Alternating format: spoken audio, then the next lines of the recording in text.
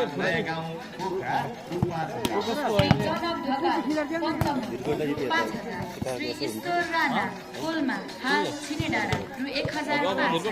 आयोजक श्री माजु भञ्जा युवा क्लब आदि खोला गाउँपालिका वडा नम्बर 1 माजु स्याङ्जा आउनुहोस् खुल्ला भलिबल प्रतियोगितामा रमाउनुहोस्